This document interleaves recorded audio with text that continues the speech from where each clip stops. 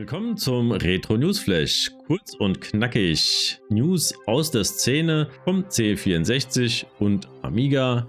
Für euch zusammengefasst jeden Samstag hier zum Reinschauen. Be there or be square. Ja, wir kommen zum ersten Spiel für heute. Devolution Eternal Winter. Devolution Eternal Winter ist eine Weiterentwicklung des ersten Teils Devolution Global Warming, das ich letztes Jahr bereits auf meinem Kanal als Let's Play gezeigt habe. Wen das also interessiert, kann gerne auf dem Kanal in der Suche einmal Devolution Global Warming eintippen und das Video anschauen. Den Download-Link zu beiden Spielen findet ihr in der Videobeschreibung. Wie immer. Ja, was hat sich getan? Nun, zum einen ist das Spiel technisch noch ein bisschen runder, aber auch inhaltlich hat sich einiges getan. Der spielmechanische Kern ist erhalten geblieben, dazu ist aber ein neuer Spielmodi, die Windmill, gekommen und die Möglichkeit, Ressourcen, also den Loot, zu begrenzen und für neue Herausforderungen so zu sorgen. Die Windmühle, also Windmill, ist eine Art Capture the Flag Spielmodus. Man muss sie erobern und reparieren. Die Zeit dafür ist aber begrenzt und läuft dabei rückwärts. Hier heißt es also schnell sein. Der neue Teil Devolution Eternal Winter enthält mit 8 Karten eine Karte mehr als der erste Teil. Die Anzahl der unterschiedlichen Items ist fast gleich geblieben, aber es gibt mit der Pistole, der Schrotflinte und der Granate einen neuen Item-Typ, die direkt Einfluss auf die Kämpfe haben. Im ersten Teil hat man ja nur Mann gegen Mann gekämpft und der Gewinner wurde mehr oder weniger ausgewürfelt anhand der Anzahl von Männern in der Gruppe. Das Spiel enthält einige bewusste Referenzen auf den ersten Teil, zum Beispiel das Titelbild oder auch bei den Karten. Die erste Karte, also Final Destination, gab es in ähnlicher Form auch schon im ersten Teil, dieses Mal aber mit dem neuen Spielelement der Windmühle. Dazu gibt es mit Hilltop Hillbillies eine Karte, die 1:1 aus dem ersten Teil kommt, aber jetzt natürlich das neue Grafiksetting enthält. Ja, das Spiel ist natürlich angelehnt, ihr habt es schon gemerkt, an das Spiel von Max Design, an Burn Time. Das hatte ich vor einiger Zeit ja auch schon mal vorgestellt hier auf dem Kanal. Und es sind eben viele bekannte Elemente des Spiels, das damals auf dem Amiga und dem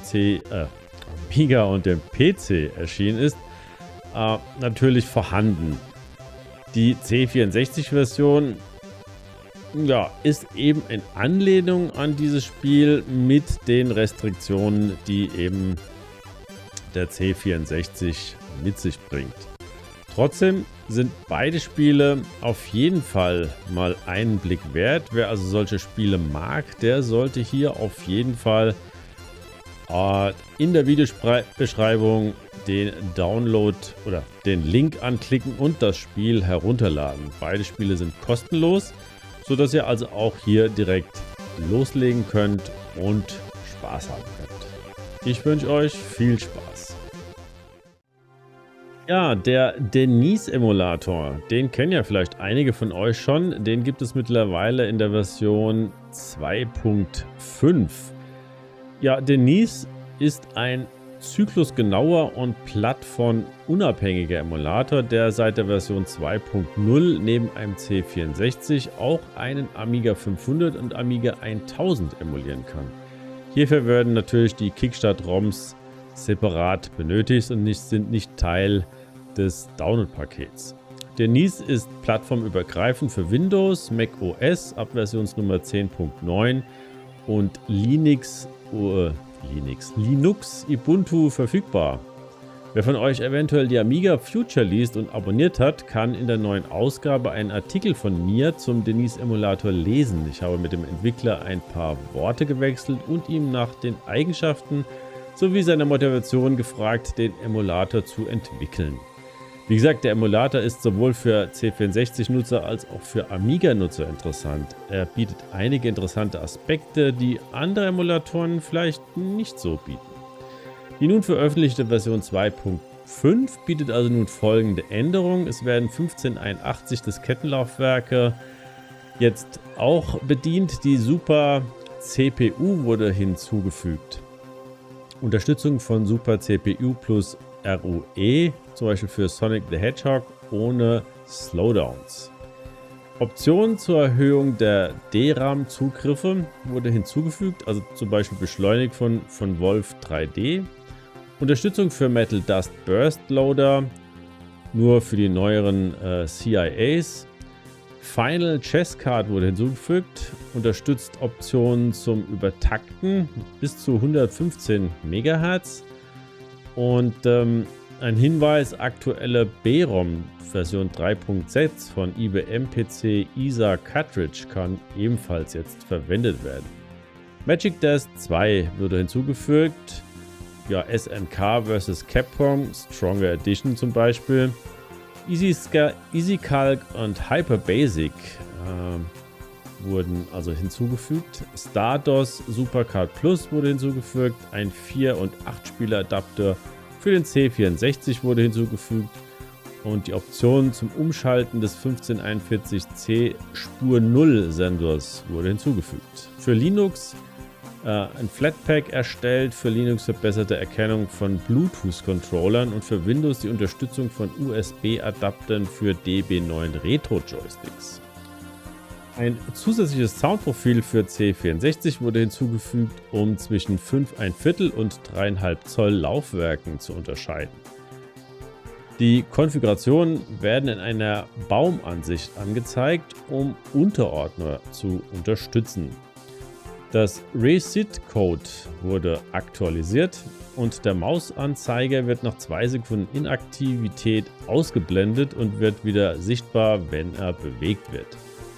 Der WIG2 Kollisionsfehler wurde behoben. Beim Amiga 1000 wurde Splitter-Busy-Fehler behoben und der WOM-Look während Reset-Befehlen behoben. Ja, das war eine lange Liste eigentlich. Also ich würde sagen, ihr solltet das Paket einfach mal runterladen. Download-Link natürlich in der Videobeschreibung. Mal auf die Platte installieren und einfach mal loslegen. Es lohnt sich meines Erachtens. Und ja, wie gesagt, man kann es also im Forum 64 verfolgen. Die Amiga Future hat also einen Artikel von mir in der nächsten Ausgabe. Da kann man sich dann auch nochmal schlau machen. Und ja, viel Spaß wünsche ich. Wir kommen zum nächsten Spiel, das ich hier vorstellen möchte, und zwar Magnum Force. Games That Weren't, ja, ist dafür bekannt, unveröffentlichte Spiele ans Tageslicht zu fördern. Heute ist wieder einer dieser Tage, an dem ein Spiel das Licht der Welt erblickt. Magnum Force für den C64. Ein weiteres lange verschollenes Codemasters-Spiel, das aber eigentlich die ganze Zeit vor unserer Nase lag. So ist es auf Games That Weren't auf der Seite zu lesen. Magnum Force war ein weiterer Titel des großen Gavin Reburn und ist eine Art aufgemotzter Scramble-Klon mit Bösewichten am Ende des Levels und Power-Ups. Es ist ein ziemlich spaßiger kleiner Budget-Titel und mit dem Bonus einiger bisher ungehörter Melodien von Gavin mit digitalisiertem Sound. Es wurde nie als eigenständiger Codemasters-Titel veröffentlicht, sondern erst vor kurzem auf dem Codemasters 30 Spiele CD-Paket entdeckt, das damals veröffentlicht wurde. Ja, wir gehen davon aus, dass nicht viele Leute das Paket gekauft haben, sodass das Spiel unkonserviert auf der CD geblieben ist.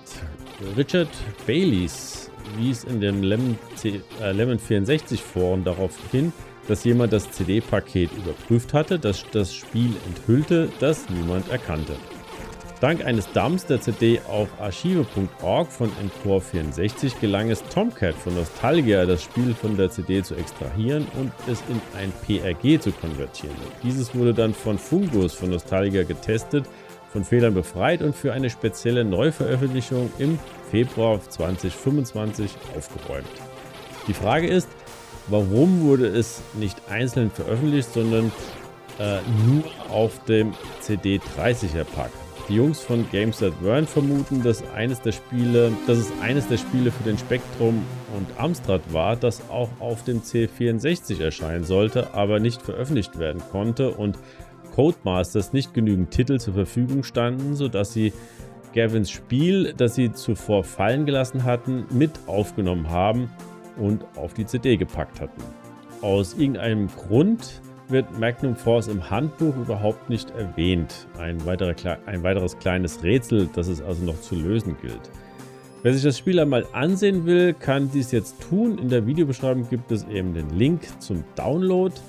Damit könnt ihr also selbst mal schauen, was Codemasters vielleicht noch veröffentlicht hätte. Ich wünsche euch auf jeden Fall viel Spaß damit. Ja, wir kommen zum letzten Titel für heute und da geht es um Ghosts and Goblins. Ja, Ghosts and Goblins, das kennen die meisten von euch. Davon gehe ich mal aus. Wer kennt es nicht? Hände hoch. Ja, Ghosts and Goblins ist wohl fast jedem jedem bekannt. Auf dem C64 sowie auf dem Amiga war Ghosts and Goblins ein großer Erfolg, auch wenn die C64-Version damals stark verkürzt wurde. Aber auch hier wurde Abhilfe geschaffen von Nostalgia, die eine Arcade-Version von Ghosts and Goblins für den C64 2015 veröffentlicht haben. Auf dem Amiga liegt das Spiel in einer OCS-ECS-Version bereits vor.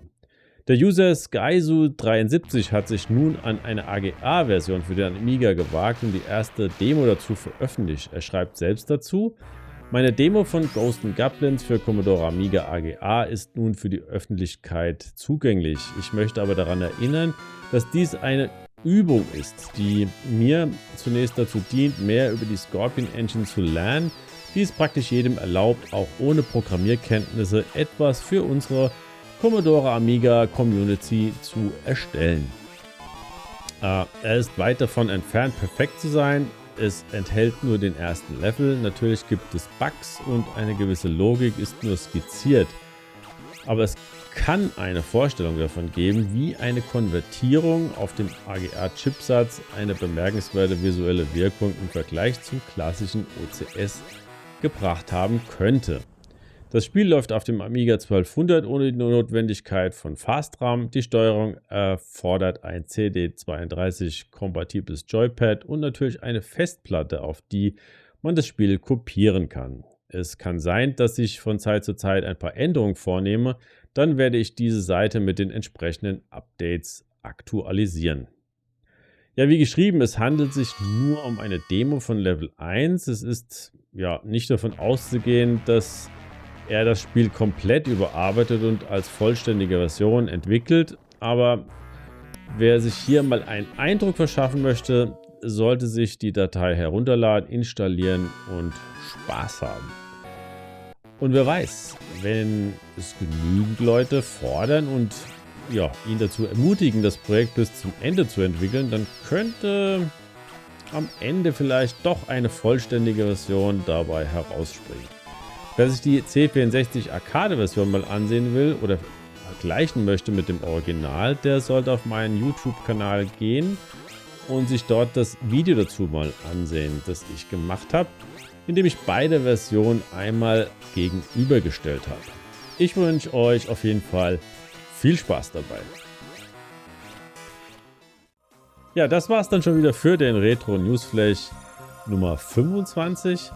Ich hoffe, ich konnte euch wieder ein paar Updates verschaffen und einen Überblick über neue Dinge. Wer Lust und Laune hat, darf natürlich gern auch den Kanal abonnieren. Das hilft mir dann wiederum weiter. Und ich denke, wir sehen uns dann einfach in der nächsten Folge. Bis dahin, macht's gut. Ciao.